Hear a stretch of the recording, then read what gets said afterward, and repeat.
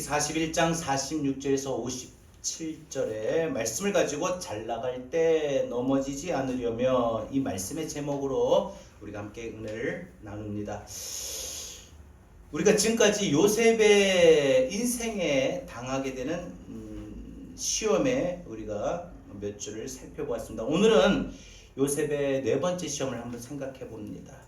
우리가 기억나십니까? 요셉이 당했던 첫 번째 시험, 유다 시험은 바로 우리가 주변 사람의 가까운 사람들로 인한 실망과 섭섭함, 그리고 상처와 배신으로 그 힘들 때 우리가 어떻게 그 유다의 시험을 이겨야 되는지 용서로 이겨야 된다라고 말씀을 기억이 나실 겁니다. 두 번째 시험은 성실 시험입니다. 성실성의 시험은 하나님이 우리가 이 땅에 살아가는 동안에 우리의 삶 속에 하는 일들에 얼마나 신실하고 진실하고 또 정직한가를 보실 때에 그 보시는 기준에 우리가 부합하는 삶이 판단력이 있어야 되고 절제력이 있어야 된다라고 했습니다. 그리고 세 번째 요셉의 인내의 시험은 고난 속에 우리가 살아가는 동안에 고난의 삶의 상황에 놓이게 될 때에 우리가 참고 견디고 인내해야 된다. 그런데 그 참고 인내하고 이런 것이 어떻게 그냥 할 수 있는 것이 아니라 하나님의 때를 기다리면서 우리가 인내하는 것이 우리가 관건이다라고 했습니다. 오늘은 마지막으로 살펴보고자 하는 것이 성공시험입니다. 이 성공시험이 어떤 시험인가, 그리고 이 시험을 어떻게 극복해야 되는가 한번 생각해 보고자 합니다. 요셉이 감옥에서 일을 보던 어느 날 왕궁에서 보낸 사람이 감옥에 있는 요셉을 찾아와서 어명이요 하고 제수 요셉은 즉시 왕궁으로 들어오시오. 아마 우리 사극 버전으로 그렇게 말을 했을 겁니다. 그래, 이 바로 왕의 호출을 받은 요셉은 바로 왕 앞에 불려 엎드립니다. 바로 왕이 꿈을 꾸었는데 아무도 이 바로 왕이 꾼 꿈을 해석을 못하는 거예요. 나름대로 많은 이 꿈에 대해서 많은 학식자들과 또 많은 술객들과 박사들과 많은 사람들을 불렀지만은 도저히 이 꿈에 대한 해석을 할 수가 없는 거예요. 그러자 옆에 있던 술 맡은 관원장이 바로 요셉을 떠오르게 되고 자신이 감옥에 갇혔을 때 자신이 꾼 꿈을 요셉이 해석해주고 그 해석대로 자기는 이렇게 풀려나와 왕의 시중을 다시 들게 되었다라고 말을 하게 됩니다. 그 말을 들은 바로 왕이 그 꿈의 해석을 아무도 할 수 없게 되니까 이제 빨리 가서 그 감옥에 있는 바로 요셉을 불러와라. 그래서 요셉이 왕을 아련하게 된 것이지요. 여러분, 하나님이 하시는 일에는요 다 때가 있습니다. 내가 원하는 때가 아니라 바로 하나님의 때가 되어야 됩니다. 하나님의 때가 되니까 왕이 그쯤에 꿈을 꾸게 되었고 또 그 꿈을 해석할 사람이 아무도 없게 되자 술 맡은 간원장이 그제서야 요셉을 떠오르게 된 것이지요. 그러니까 결국 우리 인생에 하나님이 우리에게 복을 주시려면 또 우리 인생에 복이 찾아오려면은 하나님이 기회를 주셔야 된다라는 것입니다.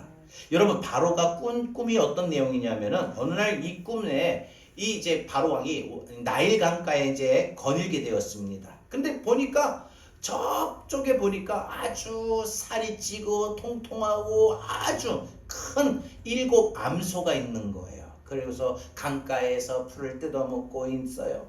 근데 갑자기 저쪽 편에서 아주 흉측하고 바짝 마른 이 7 암소가 오더니 이 튼실하고 살찐 7 암소를 삼켜버리는 거예요. 먹어버리는 거예요. 너무 무서워가지고 이게 뭐냐, 이 어떻게 이런 꿈이 있냐 하고 꿈을 깼습니다. 그리고 다시 이제 잠을 이루게 되는데 이번에는 한 줄기 이삭이 나오는데 이 한 줄기에 먼저 이삭이 이제 아주 충실해요. 이삭도 알도 튼실하고 아주 알도 크고 잘 익은 이런 알곡의 곡식이었습니다. 그런데 그 후에 보니까 아주 이 동풍에 말라가지고 그냥 알도 튼실하지 못한 이 7 이삭이 나오더니 그 튼실한 또 7 이삭을 또 삼켜버리는 거예요. 이 내용이 비슷한 두 꿈의 내용을 들은 요셉이 즉시 그 꿈의 내용이 뭔지를 깨닫게 됩니다. 그리고 그 꿈을 설명하면서 그 꿈에 대해서 대비책까지 바로에게 말하죠. 왕이요, 왕께서 꾸신 꿈은 하나입니다. 그것은 바로 하나님이 바로 그가 하실 일을 바로에게 보이심입니다. 하나님이 하실 일을 바로에게 나타내시기 위함입니다. 라고 말을 하는 거예요. 그러면서 이제 이 꿈에 대한 해석을 해줍니다. 7 좋은 암소는 7이라고 하는 것은 7년을 말합니다. 그리고 7의 좋은 이삭, 두 번째 꾸었던 7의 좋은 이삭도 7년을 말합니다. 그러니까 이 나라에 7년 동안 아주 대풍년이 있을 것입니다. 그런데 그 아주 비틀어지고 흉측한 그 말라빠진 그 7 암소가 아주 살찌고 튼실한 7 암소를 삼켰고, 그 다음에 알곡도 튼실하지 못한 그 7 이삭이 알곡이 튼실한 그 이삭을 삼켰던 것은 바로 7년의 풍년이 있지만 곧 이어 7년의 흉년이 들게 됩니다.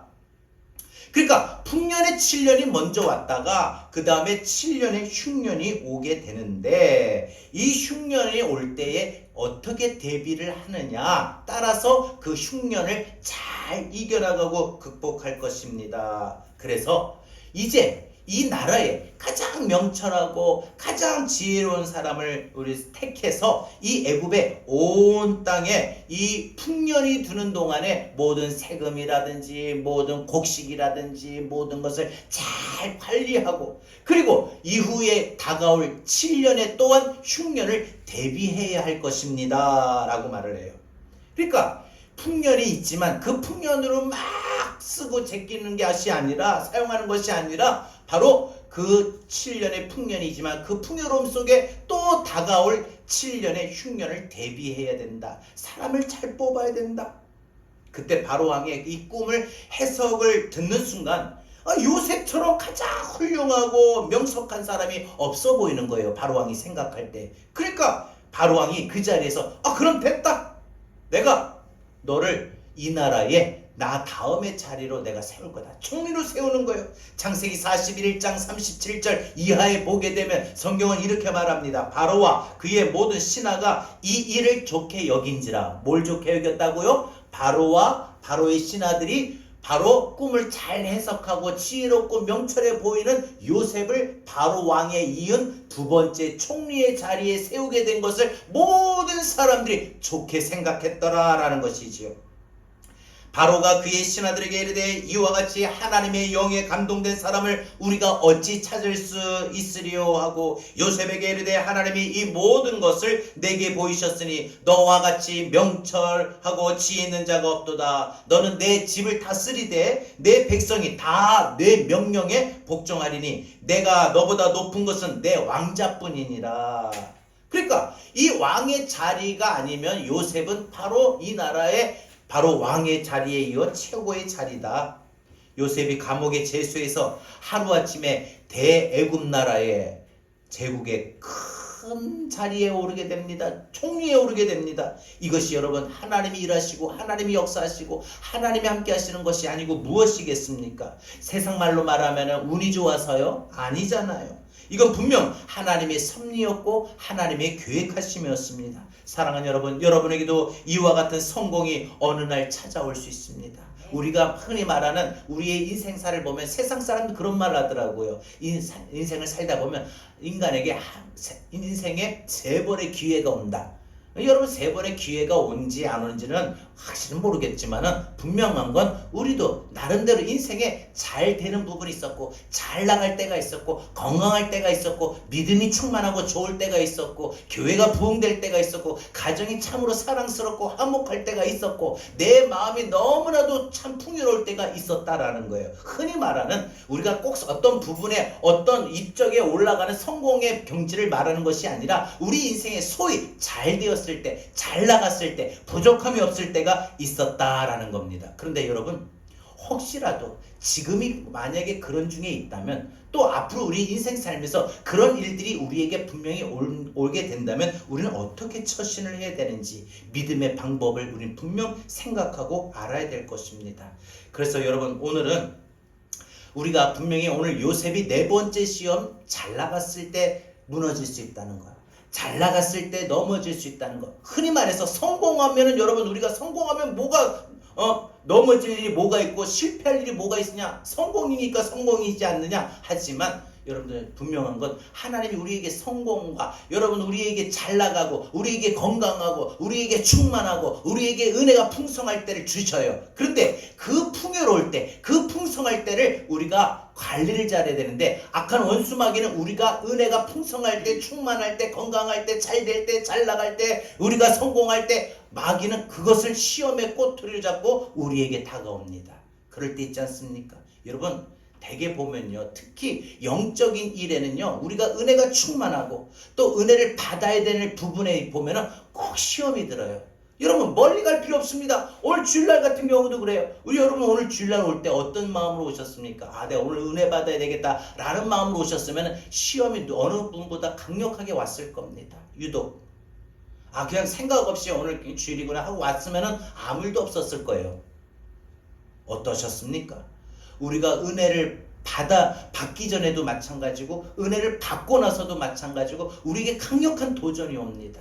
주변 사람으로 오든지 건강으로 오든지 사업으로 오든지 생활로 오든지 마음으로 오든지 많은 일들이 우리에게 내가 은혜가 받았던 모든 것을 한꺼번에 쏟아 놓을 수밖에 없는 그런 일들이, 그런 상황들이, 그런 문제들이 우리 삶 속에, 우리 시간 속에 발생하게 된다는 거예요. 여러분 보세요. 오늘도 만약에 예배를 통해서 은혜를 받으셨고 나름대로 깨닫고 나름대로 여러분은 하나님의 말씀을 붙잡고 찬양을 통해서 기도하고 돌아가셨을 때에 그 은혜가 충만했을 때 그 은혜가 한 일주일 동안 지속이 되는 분도 있겠지만 어떤 분들은 그 은혜 속에 살아가려고 하는데 유독 나에게 그 어떤 한 주보다도 더 많은 도전과 더 많은 유혹과 더 많은 시련과 시험이 내게 찾아올 때가 있더라는 거예요.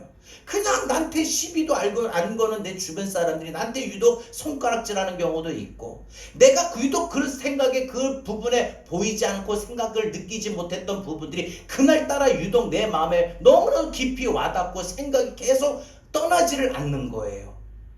유독 내가 그 한 주간에는 참으로 몸이 너무나도 통증이 오고 너무나도 아팠던 거예요.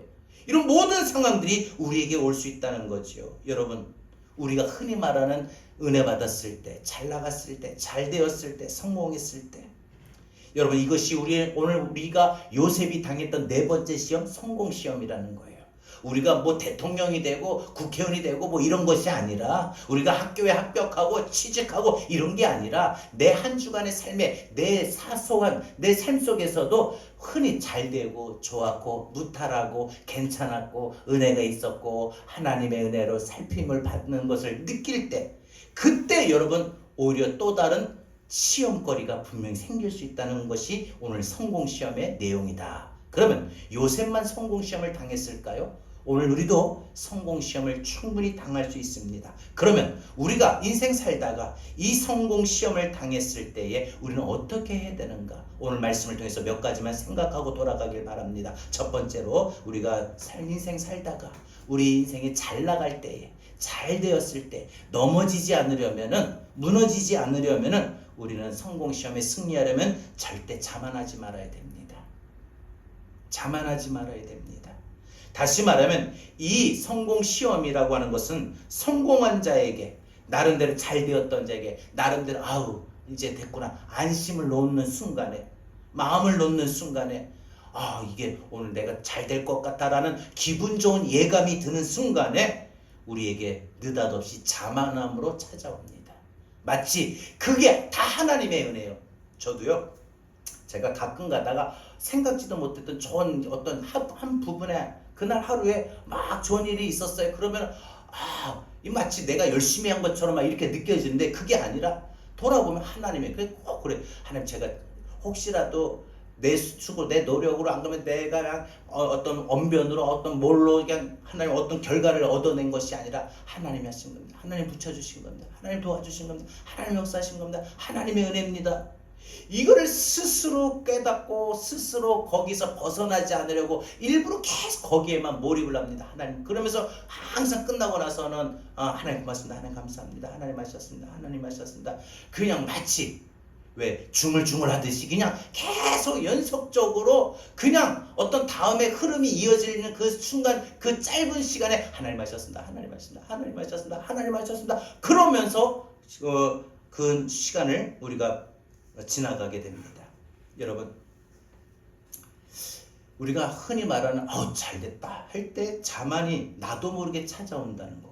악한 원수마귀는 우리에게 이것이, 이 행위가, 이 결과가, 이 모든 것이 내 노력과 내 수고로 이루어진 것이냐, 전적인 하나님의 은혜가 없이는 안 돼. 제가 그래서 앞에서 뭐라고 기도했죠? 제가 기억나십니까 혹시? 이번 한 주간 제가 너무나도 느꼈던 부분이에요.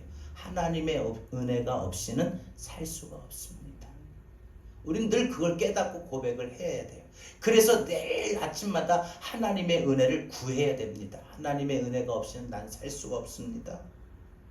여러분, 하나님의 은혜가 없이 사업이 잘 되나요? 하나님의 은혜가 없이 공부가 잘 되나요? 하나님의 은혜가 없이 여러분 그날 하루에 기분 좋고 여러분 좋은 일들이, 좋은 마음, 좋은 감정, 좋은 기분의 상태를 가질 수 있나요? 아니거든요.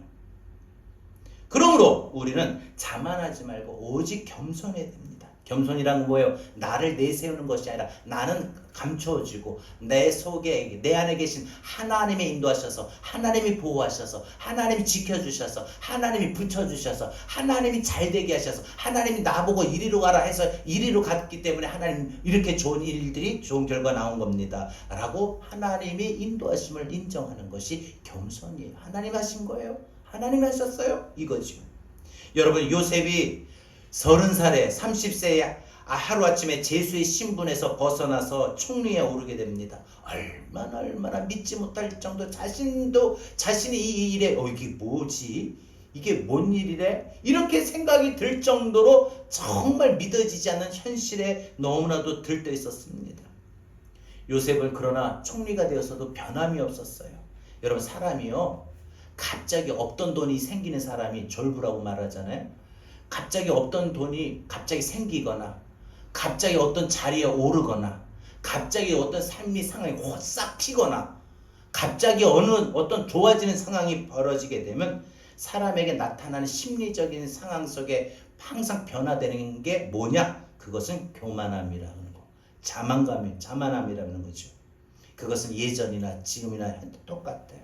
성경에 있는 모든 사람들이 그래왔고 지금 우리의 삶도 마찬가지입니다. 그러나 요셉은요, 국무총리가 돼서도 엄청난 권력과 부를 가졌음에도 불구하고 그는 교만하지 않았습니다. 자만하지도 않았습니다. 모든 사람에게 겸손함을 보이고 나타내었다는 것입니다. 권력의 자리에서도 항상 그 권력의 자리에 취해서 살아갈 수 있고 시간을 보낼 수도 있지만 요셉은 항상 밖으로만 돌아다녔어요. 국경 밖으로 돌아다니면서 밭을 보고 그 모든 곡식을 상태를 보고 모든 풀을 뜯어먹는 소를 보게 되면서 온 땅을 순찰하면서 하나님이 풍년을 주실 것인데 내가 어떻게 이 풍년을 7년 동안 잘 흉년에 대비를 할 수 있을까? 어떻게 관리를 해야 될까? 하나님 지혜를 주세요. 늘 그렇게 기도를 해왔다는 거예요. 하나님 의지했다는 거예요. 여러분, 이것이 바로 요셉이 겸손했었던 마음이라는 것입니다. 풍년의 7년과 흉년의 7년 도합 14년 동안 요셉은 하나님을 의지하면서 이 애굽을 총리로 다스릴 수가 있었던 것은 그가 그가 자만하지 않았기 때문이라는 것입니다. 따라서 하나님은 오늘 우리에게도 하나님이 잘 될 때, 건강할 때, 은혜가 충만할 때, 여러분 꼭 어떤 먼 시간을 바라보지 마시고 지난 한 주와 이번 한 주를 한번 보세요. 이 두 주간을 한번 보세요. 지난 한 주를 보시고 이번 한 주를, 우리가 또 살아갈 한 주를 보세요. 하나님이 내게 이번 한 주간 좀 내가 통증이 없다. 그럼 어떻게 해야 되지? 내가 약을 그동안 잘 먹어서 그렇구나. 물론 약에 분명히 효험도 있겠죠. 그러나 그 하나님이 은혜를 주신 것이고요. 또 그날 공부도 잘 되고 어떤 지혜가 떠오르면은 그날도 하나님이 컨디션도 좋게 하시고 지혜도 주시고 명철도 주신 것이고, 또 내 마음이 그렇게 지난 한 주보다 지난 한 주 너무나도 괴로운데 이번 한 주는 너무나도 내 마음이 날씨가 화창한 맑은 날씨처럼 그냥 기쁘고 감사가 넘쳤다. 그러면 하나님이 은혜를 주신 거 아니겠습니까? 이런 소위 잘 되었을 때, 충만할 때, 풍요로울 때 여러분, 하나님이 나에게 원하시는 것이 무엇인가? 우리도 충분히 요셉이 당했던 성공시험에 빠질 수 있지만 절대 교만하거나 자만하지 않기를 바랍니다. 두 번째, 우리가 이 인생에서 잘 나갈 때 넘어지지 않으려면 우리가 이 성공 시험에서 승리하려면 우리는 어떻게 되는가? 두 번째로 복수를 하지 말아야 된다. 자, 여러분, 이 복수를 하지 말아야 된다. 이 말 다시 말해서 용서해야 된다라는 겁니다. 용서를 해야 됩니다.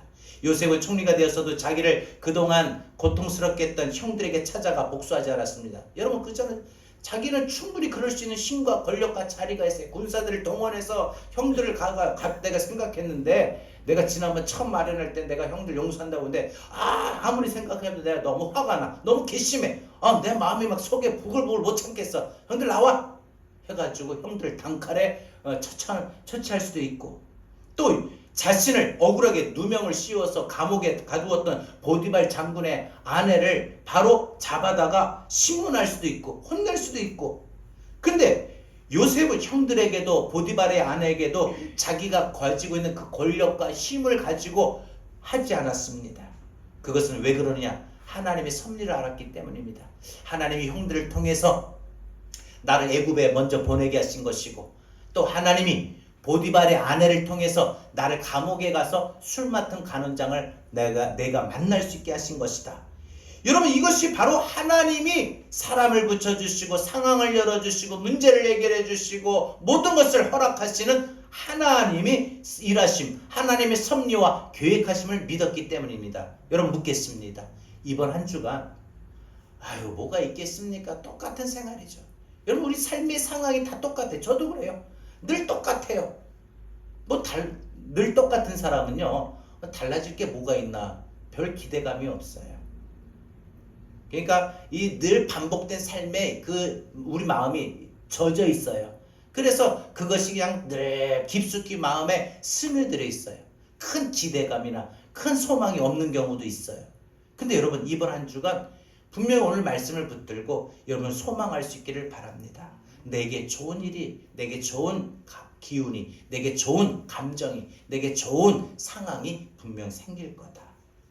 여러분, 하나님의 섭리, 여러분, 이번 한 주간 하나님 나를 어떻게 인도하실 건지, 이번 한 주간 하나님 나를 어떻게 역사하실 건지, 여러분 항상 그런 기대가 있기를 바랍니다. 로마서 12장 19절에 내 사랑하는 자들아 너희가 친히 원수를 갚지 말고 하나님의 진노하심에 맡기라. 기록되었을 때 원수 갚는 것이 내게 있으니 내가 갚으리라 라고 말씀하셨어요.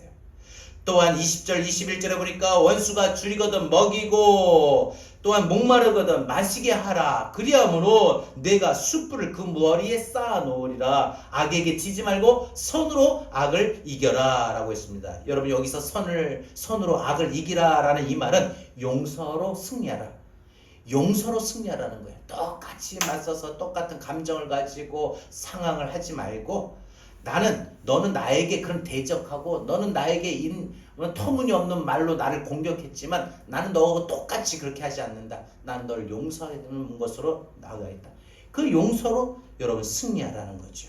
선으로 악을 이겨라. 선으로 악을 이겨라. 용서로 이겨라. 용서로 승리하라. 품어주십시오. 자식도 품어주시고, 여러분 남편도 아내도 품어주시고, 여러분 형제들도 품어주시고, 부모님도 품어주시고, 주변의 친구들도, 주변의 누구도 다 모든 사람들이 여러분과 관계 맺고 여러분 알고 있는 모든 사람들이, 그래서 그 사람들 때문에 여러분 마음이 힘들고 괴롭고 어려움에 있다 할지라도, 여러분 우리가 유다 시험 통해서 이겼잖아요. 오늘도 그와 같은 똑같은 부분입니다. 우리가 그 모든 것을 우리가 용서할 때, 선으로 악을 이길 때, 용서로 승리할 때에 더 하나님의 크신 은혜가 임하게 되는 것이고, 우리 인생의 성공 시험에 우리가 정말 합격할 수 있는 두 번째 방법이 되는 것입니다. 여러분, 다윗도요, 자기를 죽이려고 혈안이 되어 있던 사울을 용서했습니다. 그리고 사울이 행했던 것처럼 다윗도 대적을 할 수 있고 죽일 수도 있었지만 그러지 않습니다. 그럴 때 많은 사람들이 감동을 받았고, 무엇보다 하나님이 감동을 받으셨고 하나님이 인정하셨습니다. 만약에 다윗이 사울이 했던 것처럼 똑같이 했었으면은 하나님은 사울이나 다윗이나 똑같지, 누구 편을 들 수가 없는 거예요. 제가 보니까요, 자식들이 둘이 있는데 누구 하나가 분명히 더 옳은지 그른지 알아요. 근데 누구 하나가 참으면 분명히 옳은 티가 나요. 분명히 참고 지고 하면 옳은 티가 나요. 그러면 부모는 누구 편을 들어요? 옳은 티를 가진 사람, 옳은 사람. 하나님도요, 다윗이나 사울이나 똑같이 볼지 않고 사울보다 다윗을 의롭게 여기셨던 그 이유는 사울이 행했던 것에 비하여 다윗은 똑같이 갚아주지 않았어요. 다윗을 죽이려고 쫓아올 때에 다윗은 사울을 죽일 수 있는 기회가 있었는데 죽이지 않냐고 옷자락만 베어가고 그가 늘 가지고 다니던 물병만 취하여 가지고 갔어요. 충분히 할 수 있는 기회도 그는 하지 않았다는 것은, 그것은 다윗은 하나님 앞에 용서로 승리했다는 것을 나타낸 것입니다.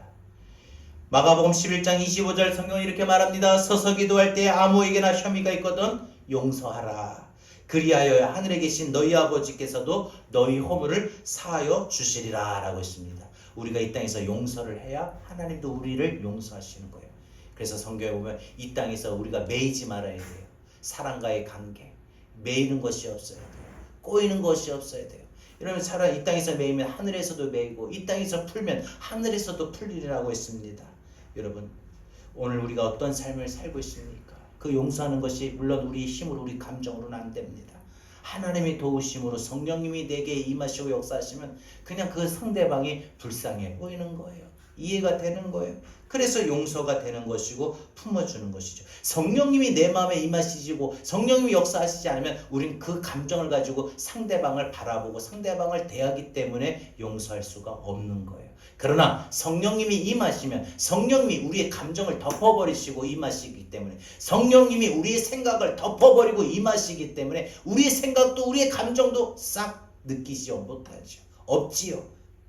그래서 성령님이 부어주시는 감정으로 상대를 바라보고 느끼게 되고, 성령님이 부어주시는 생각으로 그 사람을 바라보게 되고 생각하게 되니까 여러분 용서가 저절로 나오는 거예요.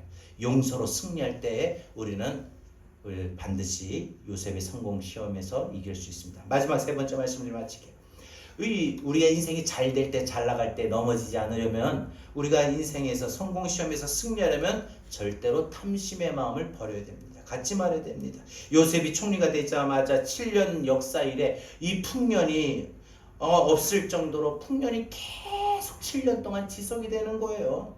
근데 그때 다가올 7년의 흉년을 대비해서 철저하게 세금을 걷어들이고 곡식을, 양식을 걷어들입니다. 이 과정에서 요셉에게 왜 유혹과 왜 압력이 없었겠습니까? 왜 청탁이 없었겠습니까? 아마 많은 사람들이 총리님 우리 좀 한 번만 봐주세요 하고 따로 뒷돈을 아마 요셉에게 건져줬을 겁니다. 근데 사실은 사람이요, 액수가 작은 금액은 됐어요 나 이런 거 안 해요 하는데, 누가 여러분 이렇게 청탁한다고 만약에 10억을 주고 100억을 준다고 해보세요. 얼마나 흔들려요. 여러분 국회의원도 1억 먹으려고 하다가 그것 때문에 결국은 나중에 다 탄로 나잖아요. 근데 1억이 아니라 누가 여러분에게 100억을 준다, 1000억을 준다 이러면 얼마나 흔들릴까요?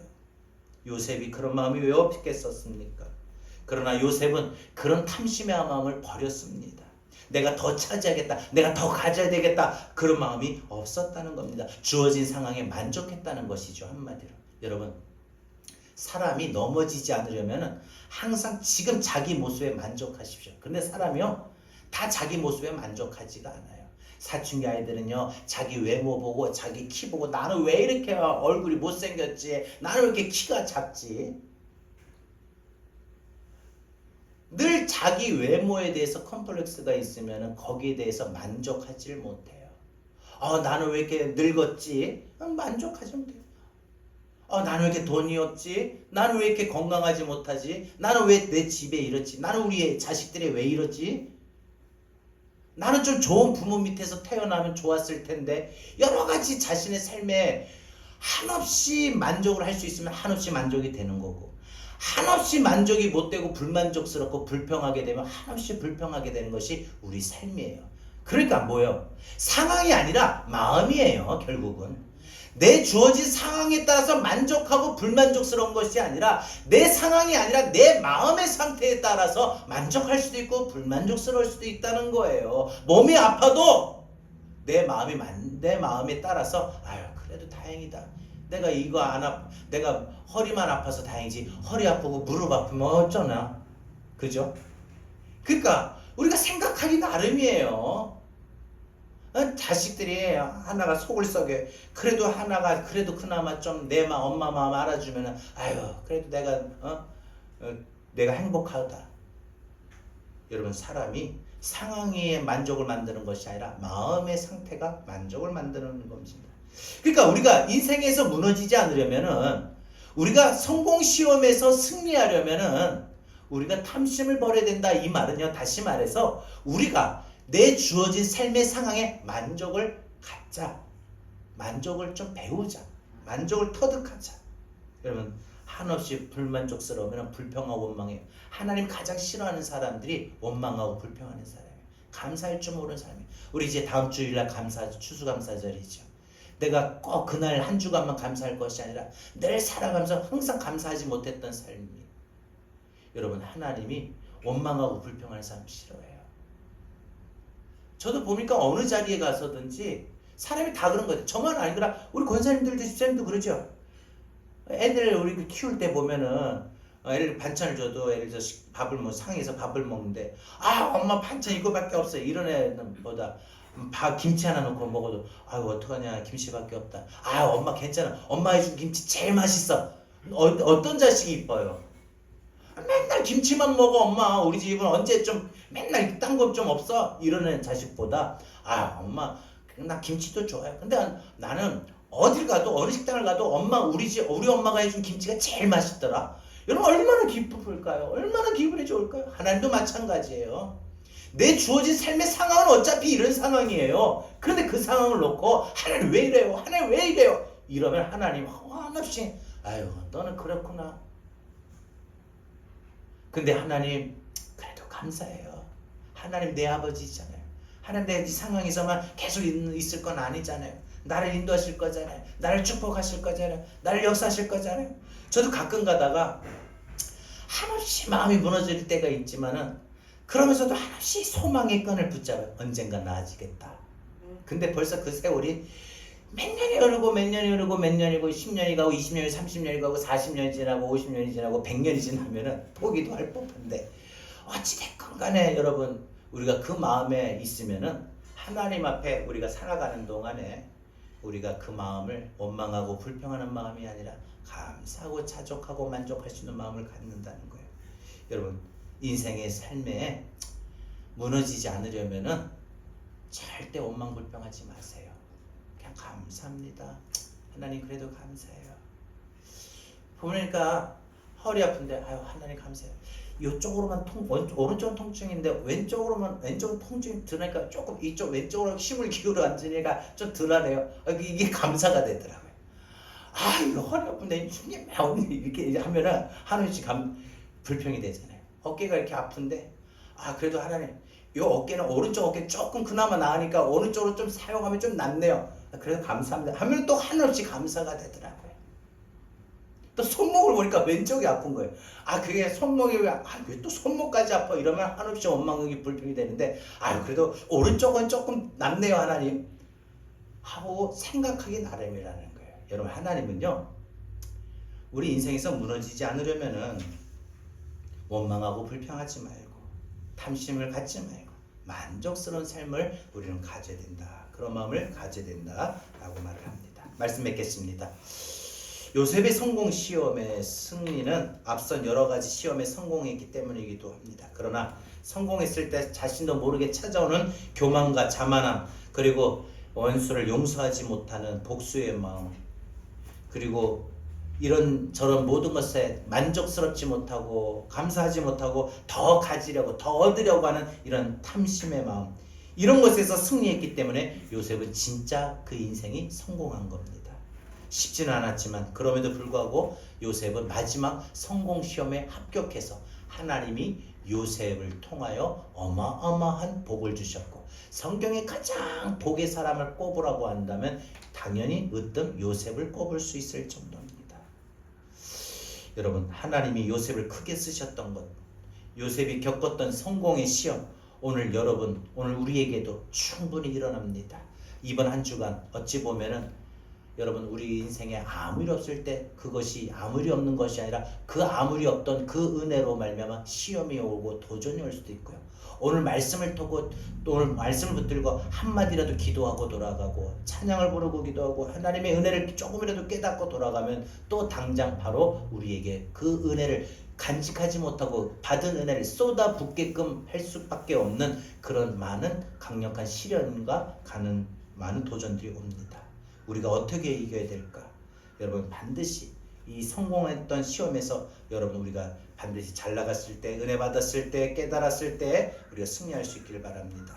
여러분 요셉의 시험 4가지 기억하십시오. 사람의 주변 사람이나 가까운 사람의 관계에서 실망과 섭섭함과 그리고 나중에는 그 상처와 배신의 마음이 있을 때 그냥 용서로 이기십시오. 여러분 성실성의 시험이 올 때 생활 속에서 여러분 정말 여러분의 엄마로서 아빠로서 학생으로서 자신으로서 또한 교회 목사로서 성도로서 우리가 각자의 삶의 그 모습에서 더 신실하고 진실하게 여러분 행하십시오.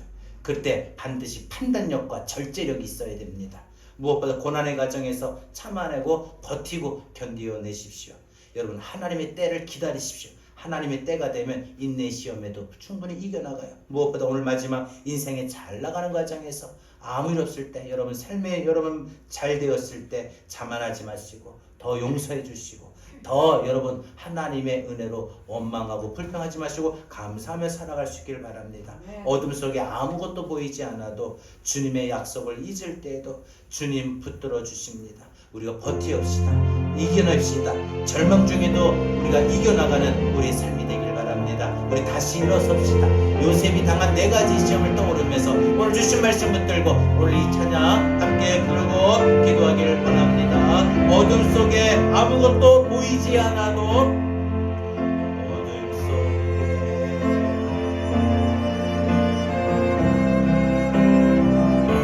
주님의 약속을 잊을 때도 주님의 약속을 잊을 때에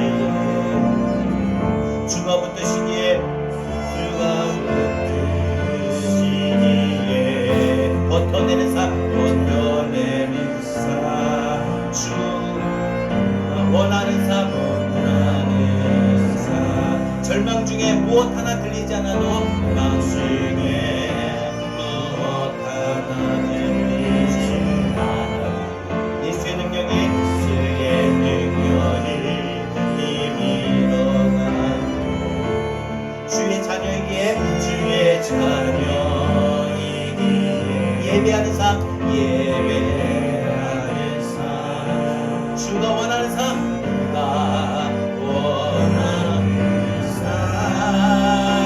나는 일어섭니다.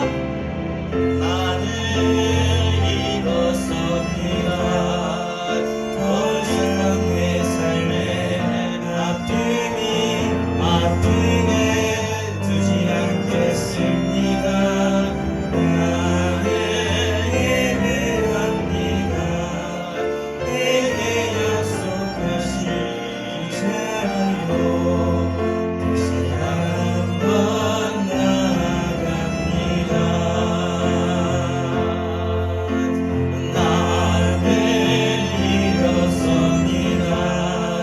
더 이상 내 삶에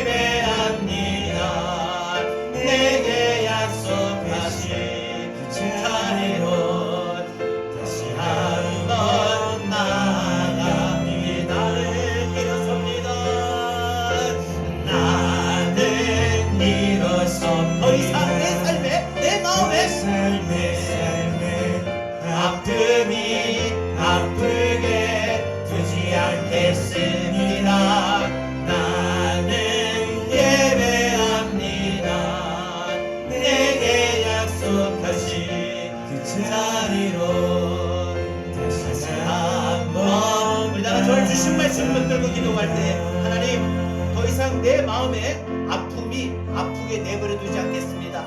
원망과 불평이 더 이상 원망과 불평이 되게 내버려 두지 않겠습니다. 오늘 주신 말씀 붙들고 내 인생의 은혜와 풍요로움이 충만할 때, 잘 될 때, 잘 나갈 때, 건강할 때, 성공했을 때 하나님 시험을 당해도 하나님 자고하지 아니하고 원망하지 아니하고 불평하지 아니하고 하나님 은혜에 만족하며 용서하며 살기를 원합니다. 내 자신에게부터 먼저 더 이상 내 마음에 아픔이 아픔으로 내버려두지 않겠습니다. 원망이 원망으로 내버려두지 않겠습니다. 분노가 분노로 내버려두지 않겠습니다. 주여 나의 마음을 인도하여 주옵소서. 그래서 이번 한 주간도 하나님의 은혜로 살아가는 나의 마음이 되게 해달라고 우리 주여 한 번으로 합심으로 말씀을 들고 기도합니다. 주여 하나님 주님 감사합니다. 하나님 말씀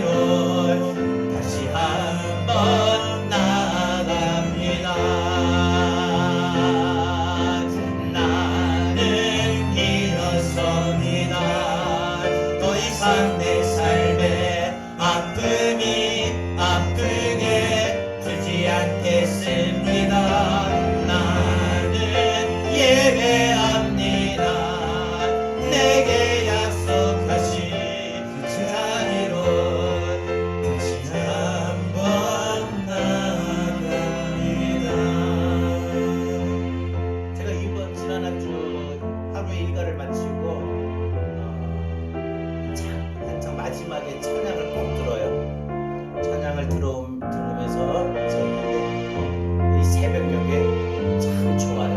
비도 부슬부슬 내리고 찬양도 참 좋은데 이 찬양을 듣는데 나는 일어섭니다. 더 이상 내 삶에 아픔이 아프게 두지 않겠습니다. 이게 너무 시적인 거 있죠. 얼마나 이 부분이 마음에 얼마나 와닿는지 몰라요. 그동안 우리는요 사실 그렇잖아요. 내 마음의 아픔이 그냥 방치했어요. 마음이 아프니까 어디 예배가 되던가요? 기도가 되던가요? 아니 살면서 우리 사람들이 그러잖아요. 너 왜 이렇게 인상을 쓰냐? 그냥 집에 안 좋은 야 집에 안 좋은 일 가지고 직장에 와서 그렇게 인상 쓰면 되냐? 누가 그러더라고요. 사회생활은 내 감정도 숨기고 항상 상관계를 해야 되니까 줘야 되는구나. 안 주면 안 주는 대로 티도 낼 수 있는 건데 그렇게 생각했는데 그게 아니더라고요. 근데 사실요 여러분 우리가 오늘 말씀 붙들고 주의 은혜로 다시 일어서야 되는 거예요. 내 마음 이러면 안 돼, 이러면 안 돼. 이게 마음을 각오하고 마음을 다시 추스리고 붙잡고 이게 일어서는 거예요. 여러분 이번 한 주간도 지난 한 주간처럼 또 그냥 응어리지고 분노와 슬픔과 괴로움과 답답함에 나는 왜 이럴까? 절망과 원망과 불평 속에 또 살아가시겠습니까? 그러니 이번 한 주간도 지난 한 주간 아니 지지난 주 벌써 몇 주째 몇 달째 이러고 있습니까? 어디 기쁨이 있어요? 소망이 있어요? 즐거움이 있어요?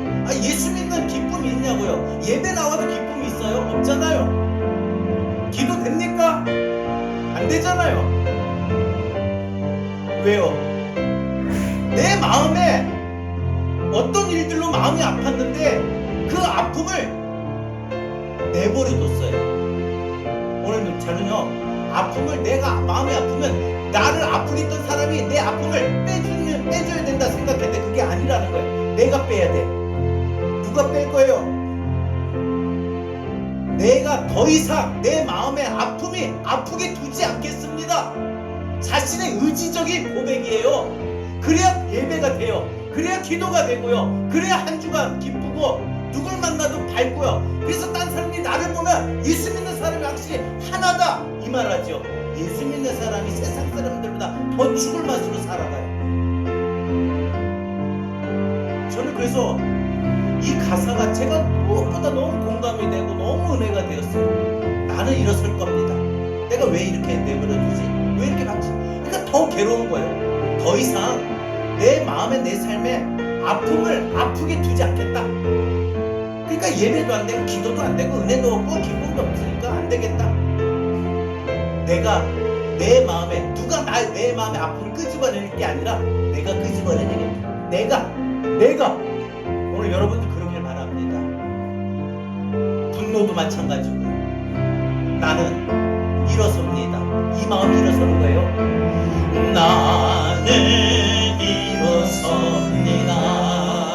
더 이상 내 삶에 아픔이 아프게 두지 않겠습니다.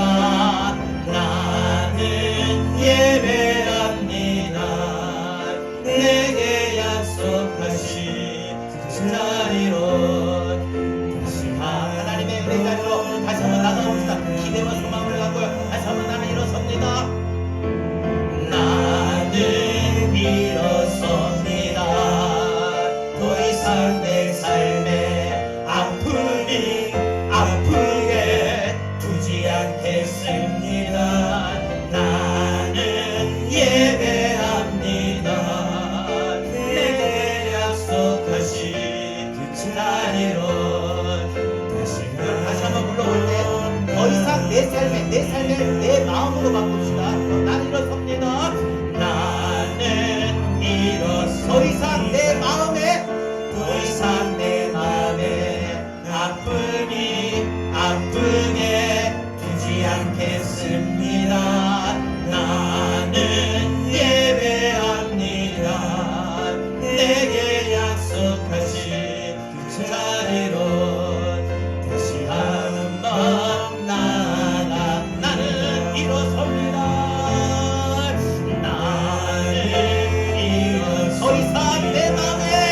더 이상 내 맘에 아픔이 아프게 두지 않겠습니다. 나는 예배합니다.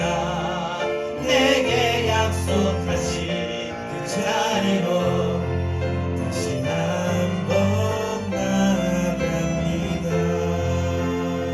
마음이 아프니까요, 예배가 안 돼요. 근데 하나님은 우리하고 예배로 언약을 맺었어요.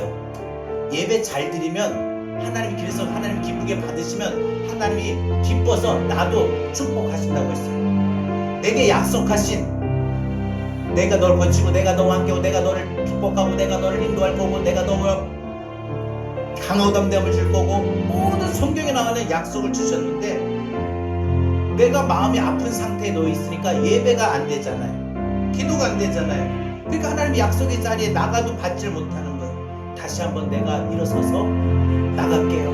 내가 그 자리에 나갈게요.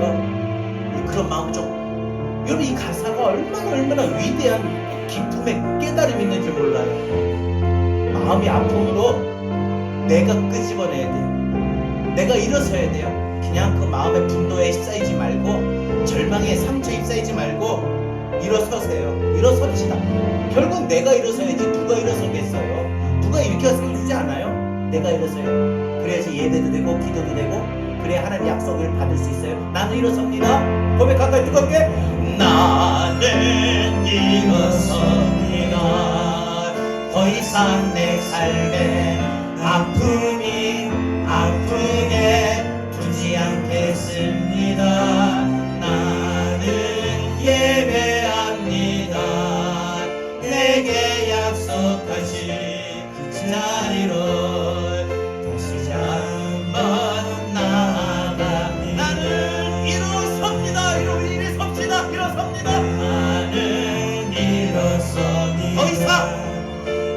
이상 내 삶에 아프니 아프게 두지 않겠습니다. 나는 예배합니다. 내게 약속하신 그 자리로. 마지막 한 번만 더 불러보겠습니다. 나는 일어섭니다. 나 이제 내가 일어서야죠. 나는 일어섭니다.